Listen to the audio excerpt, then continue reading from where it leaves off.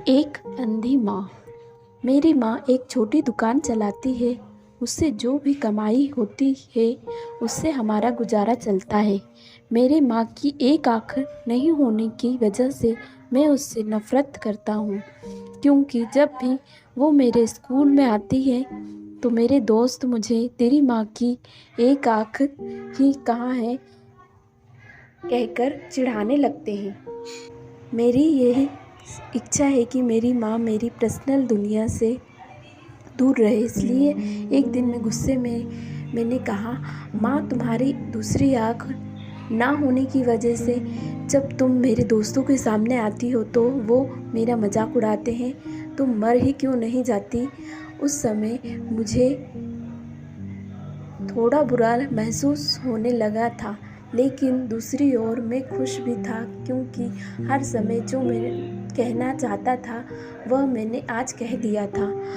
लेकिन ये सब सुनने के बाद मेरी माँ ने मुझे कुछ नहीं कहा और मुझे भी ये नहीं लगता था कि मैंने उनसे कुछ इतना बुरा और दुख लगने वाली बात कही हो। मैं इस गरीबी और अपनी माँ से दूर कहीं जाना चाहता था, तभी से मैंने बहुत पढ़ाई की। मैंने अपनी माँ को भी छोड़ दिया और पढ़ने के लिए दूसरे शहर आया और वहाँ यूनिवर्सिटी में मुझे एडमिशन मिल गया। इसके बाद कुछ सालों बाद वहीं पर मैंने शादी कर ली। मैंने खुद का घर भी खरीद लिया, फिर मेरे बच्चे भी हो गए थे। अब मैं खुशी से एक सफल इंसान की तरह जी रहा था। मुझे ये ज़िंदगी बहुत पसंद थी। दिन ब दिन यह खुशी बढ़ती ही जा रही थी। लेकिन एक दिन अचानक माँ को मैंने अपने दरवाजे के सामने देखा। तब सभी मुझसे पूछने लगे कि यह कौन है, तो मुझे कहना पड़ा कि मेरी माँ है।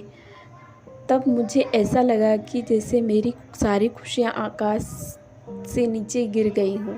मेरी माँ की एक आँख के डर से मेरी छोटी बच्ची डर कर भाग गई। तभी मैंने भी मेरी माँ से पूछा, तुम कौन हो? मैं तुम्हें नहीं जानता। मैंने इन्हें डांटते हुए कहा, तुम्हारी हिम्मत कैसे हुई मेरे घर आने की और मेरी बेटी को डराने की? चली जाओ यहाँ से। इतना सुनने के बाद मेरी माँ ने शांति से मुझे जवाब दिया, ओ मुझे माफ़ करें, शायद मैं गलत एड्रेस पे आ गई हूँ, और वहाँ से चली गई। मैंने भगवान का शुक्रिया अदा किया कि उन्होंने मुझे नहीं पहचाना। अब मैं शांत महसूस कर रहा था और मैंने अपने आप से कहा कि मैं अपनी पुरानी ज़िंदगी के बारे में कभी सोचना भी नहीं चाहता। कई दिन खुशी से बीतने के बाद एक दिन मेरे पुराने स्कूल का लेटर मेरे घर आया। मैंने अपनी पत्नी से झूठ कहा कि मैं बिजनेस ट्रिप पे जा रहा हूँ और मैं अपने पुराने स्कूल चला गया। उसके बाद मैं अपने पुराने घर झोपड़ी में गया। मैंने वहाँ पाया कि मेरी माँ ठंडी फर्श पर गिरी हुई थी। ये सब देखने के बाद मेरी आँखों में एक आंसू तक नहीं निकला। उनके हाथों में कागज़ का एक टुकड़ा था, शायद वह मेरे लिए ही कोई पत्र ही था। उन्होंने लिखा था, मेरे बेटे, मुझे लगता है कि अब मेरे जाने का समय हो चुका है और अब मैं तेरे घर भी नहीं आ सकती, लेकिन मैं एक बार तुम्हें देखना चाहती हूँ, तुमसे मिलना चाहती हूँ। मुझे तुम्हारी बहुत याद आती है और अब मैंने सुना कि तुम अपने पुराने स्कूल में किसी काम से आ रहे हो।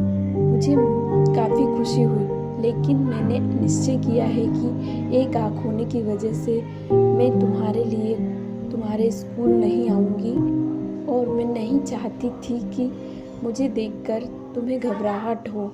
तुम्हें याद होगा कि जब तुम बहुत छोटे थे तब तुम्हारा एक एक्सीडेंट हुआ था और तुमने अपनी एक आँख खो दी थी।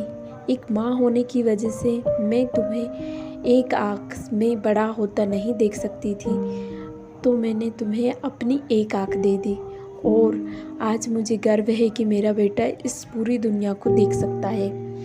तुमने जो कुछ भी किया उससे मैं कभी दुखी नहीं हुई। जितनी बार भी तुमने गुस्सा किया, मैंने अपने आप से कहा कि शायद तुम इसलिए डांटते हो क्योंकि तुम मुझसे बहुत प्यार करते हो। मुझे आज भी वह समय याद है कि जब तुम छोटे थे तब हमेशा मेरे आसपास ही रहते थे। मैं तुम्हें बहुत याद करती हूँ। I love you. मेरे लिए तुम ही मेरी दुनिया हो। ये सब पढ़कर मुझे लगा कि मैंने उस इंसान से नफ़रत की जो पूरी ज़िंदगी मेरे लिए जिया। मुझे अपनी माँ के लिए रोना आ रहा था। अब मुझे अपनी सबसे बड़ी गलती का एहसास हो चुका था।